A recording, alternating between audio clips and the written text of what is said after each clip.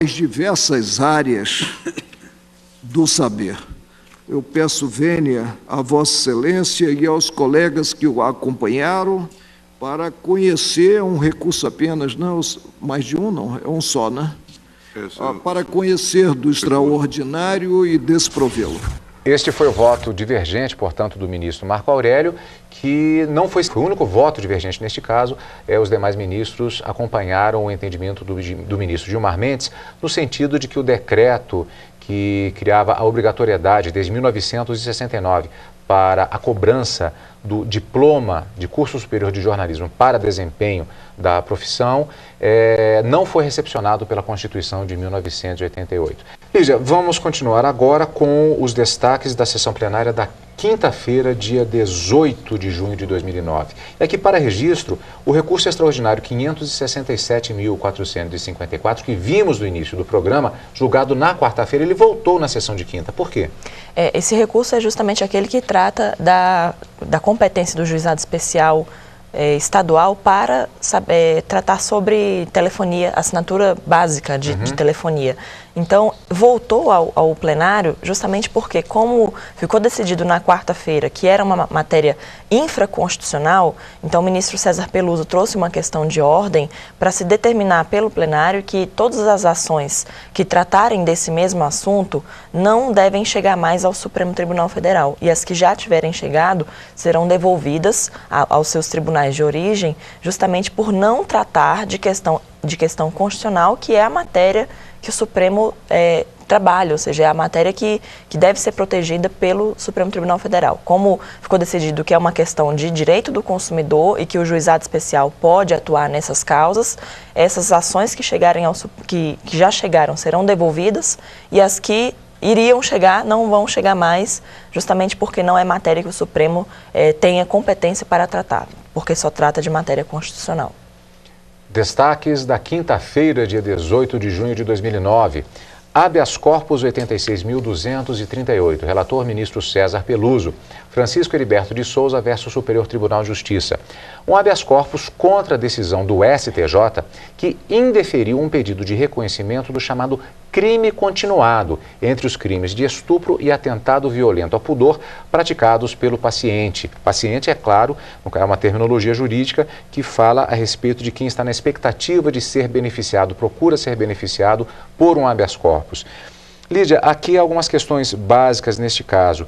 Crime continuado e a alegação que foi feita em relação a esses dois crimes que são diferenciados no Código Penal, o atentado violento ao pudor e o crime de estupro. Sim, o crime continuado, ele está previsto no artigo 71 do Código Penal e esse artigo diz, Carlos, que quando um agente, ele mediante uma ou mais de uma ação, ele pratica crimes onde aqueles praticados são continuação do primeiro, ele teria então essa aplicação do artigo 71 no sentido de ser aplicada a ele a pena de 1 acrescida de 1/6 a 2/3 no caso da pena. Então, no caso, a pessoa que alegava que por ter praticado um atentado violento ao pudor e um estupro, deveria ser aplicado a ele esse artigo 71, ou seja, seriam crimes continuados.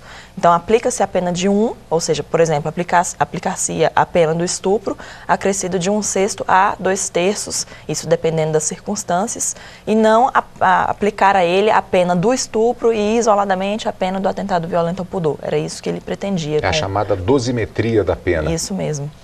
Neste caso, pesou muito a análise da doutrina com a qual se raciocina o direito. Vamos ao voto do ministro relator, citando doutrinadores para elaborar o respectivo voto. Como salientava Basileu Garcia, o conceito de crime continuado foi concebido em homenagem ao princípio da equidade como tratamento jurídico a uma particular manifestação delitiva que reclama de justiça uma aplicação penal diversa da pura e simples acumulação do concurso material.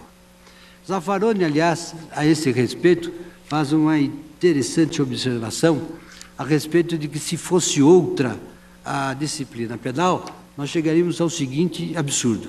Se um empregado que precisasse de R$365 para realizar um certo intento, ele todo dia furtasse R$1, ele seria processado por 365 crimes se o fizesse todo dia durante o ano. Daí, admito o reconhecimento da continuidade delitiva entre crimes de estupro e de atentado violento ao pudor, desde que presente todos os demais requisitos conceituais que se devam extrair do artigo 71 do Código Penal e que na espécie, a meu ver, coexistem.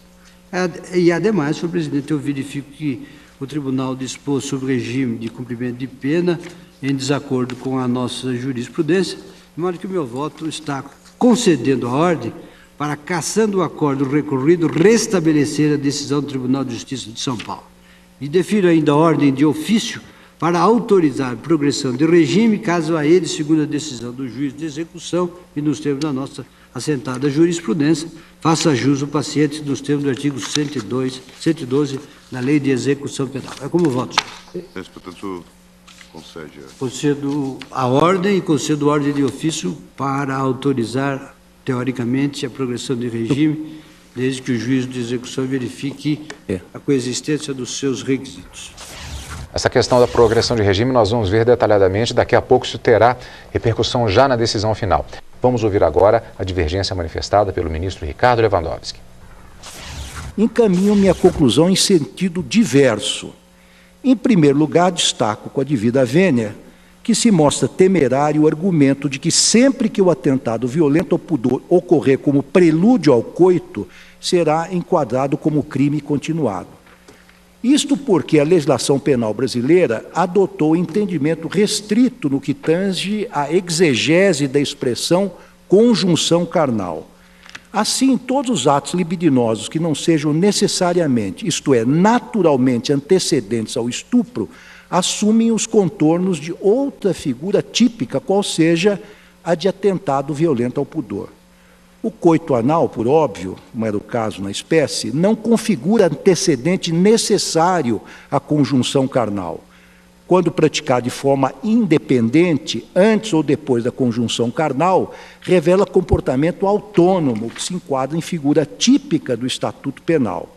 É preciso, assim, examinar caso a caso para verificar se a intenção do agente foi a de cometer 2 ou mais crimes de forma independente, ou se o seu desígnio consistiu, mediante uma única ação, constranger a vítima. A resposta a tal indagação indicará se as penas desses crimes, quando cometidos conjuntamente contra uma mesma vítima, serão computados segundo a sistemática do concurso material ou da continuidade delitiva. E aí eu analiso a sentença no caso concreto e cheguei à conclusão que, pela descrição dos fatos, porque, primeiramente, o paciente, naquele habeas corpus, então, praticou o coito anal e depois, em seguida, o estupro, até com uma certa dilação temporal. E aí dizia eu, segundo tal descrição dos fatos, o agente cometeu, a meu ver, 2 crimes autônomos. O propósito do réu foi duplo, isto é, o de constranger a vítima a submeter-se primeiro a um coito anal e depois a uma conjunção carnal, revelando evidente a prática de 2 delitos em concurso material.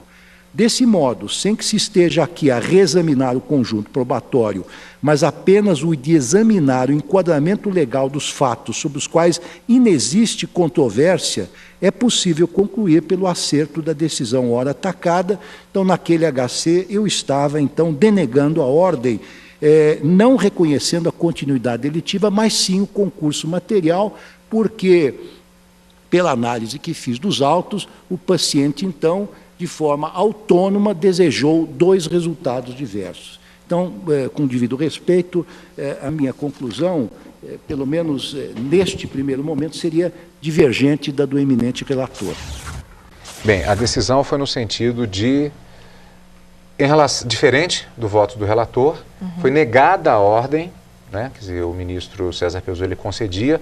Nesse sentido, os demais ministros acompanharam a divergência do ministro Ricardo Lewandowski, mas acompanhou o ministro relator César Peluso no restante do voto, no sentido de conceder de ofício a ordem de progressão de regime se o juiz da execução penal entender que o réu faz jus. O que significa isso exatamente, Lídia? Significa que a tese do paciente de que ele teria praticado, na verdade, um crime continuado não prevaleceu, ou seja, entenderam então que ele praticou 2 crimes autônomos e deverá ser aplicada a pena individualizada para cada um, somadas, dará um prazo de pena maior do que se fosse crime continuado. Agora, é possível que o juiz da execução dessa pena